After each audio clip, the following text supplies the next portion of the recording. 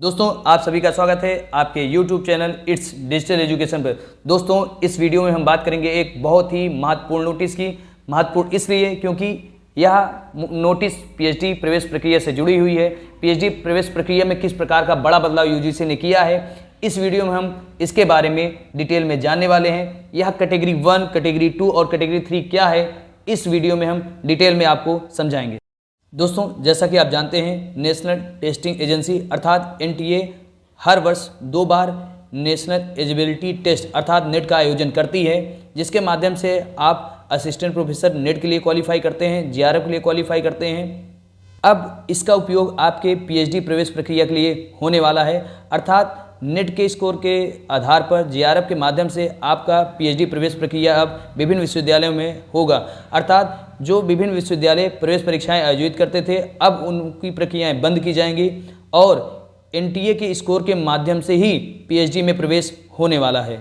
यह प्रक्रिया जून 2024 से लागू हो जाएगी, अर्थात जो नए साइकिल में नेट होने वाला है, नेट की परीक्षा होने वाली है जून 2024 में, उसी के आधार पर अब आपके पीएचडी के प्रवेश होंगे। इसके लिए एनटीए ने 3 वर्ग बनाए हुए हैं, यूजीसी ने 3 कैटेगरी में डिवीज़न बनाया हुआ है। दोस्तों बात करेंगे कैटेगरी फर्स्ट की। कैटेगरी फर्स्ट में उन अभ्यर्थियों को शामिल किया जाएगा जो जीआरएफ क्वालिफाई होंगे। GRF qualify candidate assistant professor के लिए भी क्वालिफाई होंगे, पीएचडी के लिए भी क्वालिफाई होंगे। ध्यान रहे, जो जीआरएफ क्वालिफाई हो जाएगा उसे दोबारा पीएचडी के लिए आपको नेट देने की आवश्यकता नहीं है। ध्यान रहे, दोबारा पीएचडी प्रवेश प्रक्रिया के लिए आपको नेट देने की आवश्यकता नहीं पड़ेगी, अर्थात आप आजीवन वैलिड हो जाएंगे पीएचडी प्रवेश परीक्षा के लिए। बात करेंगे कैटेगरी 2 की, तो कैटेगरी 2 में वे स्टूडेंट्स आएंगे जो केवल नेट क्वालिफाई होंगे, अर्थात जो जेआरएफ नहीं हो पाते हैं उनका यह स्कोर कार्ड केवल 1 साल के लिए वैलिड होगा। ध्यान रहे, नेट अभ्यर्थियों को पीएचडी प्रवेश के लिए केवल 1 साल की छूट दी जाएगी, अर्थात जिस दिन आपका रिजल्ट जारी होगा, रिजल्ट जारी होने के 1 साल तक आपका यह स्कोर पीएचडी प्रवेश प्रक्रिया के लिए वैध रहेगा।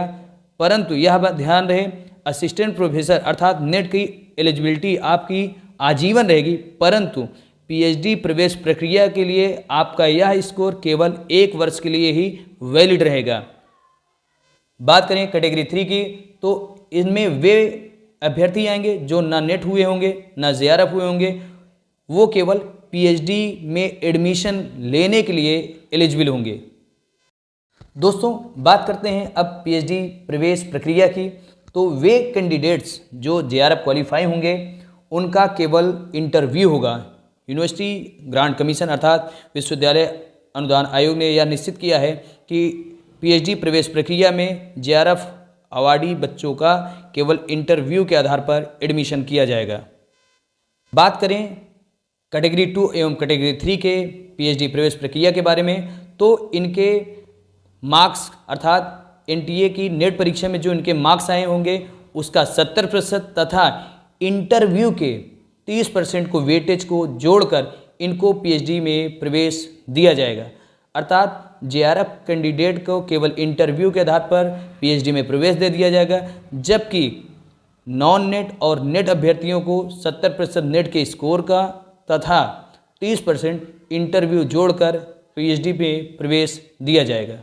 इस बात का विशेष ध्यान रहे कि जो अभ्यर्थी जेआरएफ नहीं होगा उसका स्कोर कार्ड केवल 1 वर्ष के लिए वैध रहेगा पीएचडी प्रवेश प्रक्रिया के लिए, अर्थात 1 वर्ष के दौरान अगर आप पीएचडी में प्रवेश नहीं पाते हैं तो आपको अगले वर्ष फिर से नेट की परीक्षा में शामिल होना अनिवार्य होगा। ऐसे ही इन्फॉर्मेटिव वीडियो के लिए हमारे चैनल से जुड़े रहिए, हमारे वीडियो को लाइक करिए, चैनल को सब्सक्राइब करिए। धन्यवाद।